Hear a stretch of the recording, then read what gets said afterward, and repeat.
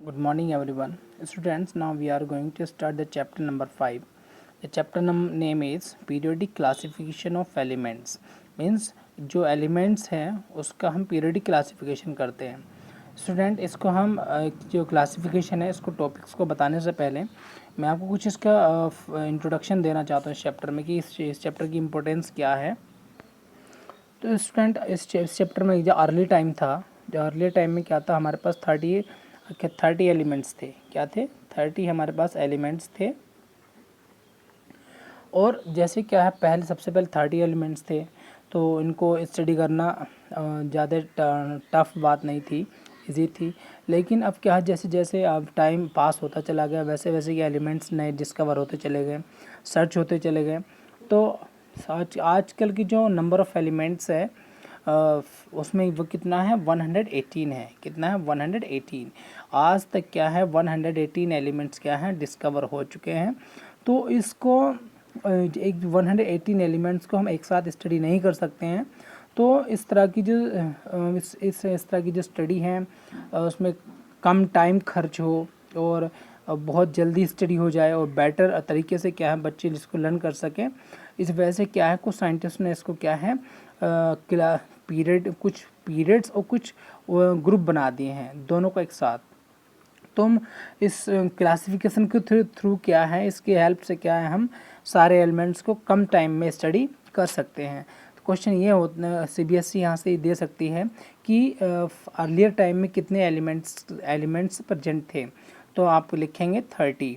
अगर आज के या आजकल के जो आजकल एलिमेंट्स, नंबर ऑफ़ एलिमेंट्स हैं वो कितना है, 118. दोनों में से याद रखेंगे, बहुत इंपॉर्टेंट है.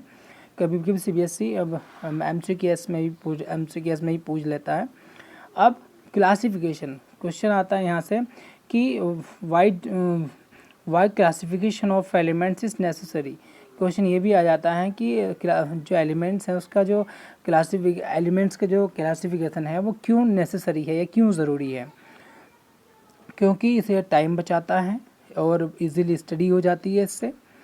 बहुत सारी बातें हैं. अब देखेंगे क्लासिफिकेशन है क्या, कि मीन्स ये है किस बला का नाम है. तो classification means identifying similar species and grouping them together. Mean classification का मतलब होता है किसी एक ही स्पीसीज को पहचानना और उनको ग्रुप में लिखना या एक साथ ग्रुप में डालना, एक ग्रुप में रखना. बात समझ में आ गई? एक बार फिर रिपीट करता हूँ कि क्लासिफिकेशन के जो मीन्स होता है वो आइडेंटिफाइंग सिमिलर स्पीसीज, उसी जैसी चीज़ को, उसी स्पीसीज की चीज़ को क्या करना होता है, पहचानना होता है. एंड ग्रुपिंग दैम टुगेदर, और उनको एक साथ एक ग्रुप में रखना होता है, उसे हम बोलते हैं क्लासिफिकेशन. कोई आपसे बोले कि मीन क्या है क्लासिफिकेशन का, हम बोलेंगे identifying similar species and grouping them together. Understood? और उसमें थोड़ा detail, the elements are classified in such a way that elements having similar properties means इस तरह से क्या है, जितने भी एलिमेंट्स हैं सारे वो उसे क्लासिफाइड हो जाते हैं किस में, ग्रुप में. इस तरह के जो एलिमेंट्स को हम क्लासिफाइड करते हैं, जितने भी एलिमेंट्स होते हैं उनमें क्या होता है, उसमें एक सेम प्रॉपर्टीज़ होती है. मीन्स सेम प्रॉपर्टीज़ वाले क्या है एलिमेंट्स को हम एक ग्रुप में रखते हैं और अदर प्रॉपर्टीज़ वाले एलिमेंट्स को हम दूसरे ग्रुप में हम रखते हैं. जो लिखा हुआ साफ साफ, the elements are classified in such a way that elements having similar properties are grouped together. बात समझ में आ गई? मीन्स एक ही तरह के जो एक ही प्रॉपर्टी के जो एलिमेंट्स होते हैं उनको एक साथ रखते हैं. While dissimilar elements are separated from one another. Means जो अलग प्रॉपर्टी के जो एलिमेंट्स होते हैं उनको हम उन एलिमेंट से क्या है, सेपरेटेड कर देते हैं. तो इस तरह की प्रोसीजर क्या होती है, क्लासिफिकेशन होती है. क्या होती है? क्लासिफिकेशन होती है. बात समझ में आ गई? मीन्स एलिमेंट, एक ही तरह के एलिमेंट्स को एक साथ रखना और अलग तरह के एलिमेंट्स जिनकी प्रॉपर्टी अलग अलग हैं, मैच नहीं करती हैं, उन्हें दूसरे ग्रुप में रखना ही उसको क्या बोलते हैं, क्लासिफिकेशन बोलते हैं.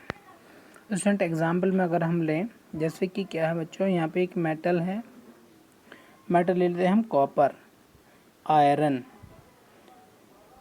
ये क्या है हमारे एटसेट्रा कर लेते हैं, ये हमारे मेटल हैं। क्या है? मेटल हैं। अब बच्चों कुछ आता है नॉन मेटल में। क्या आता है? Non metal. नॉन मेटल जैसे कि हमारा कार्बन है, हाइड्रोजन है, ये क्या हमारे नॉन मेटल में आते हैं। तो बच्चों बात समझ में आ गई, ये हमारे मेटल्स हैं, नॉन मेटल्स हैं। उन दोनों को, इनकी प्रॉपर्टीज़ को ध्यान में रखते हुए उन दोनों को अलग अलग रखना ही क्लासिफिकेशन होता है। बात समझ में आ गई? ओके, नेक्स्ट चीज़ पर चलते हैं।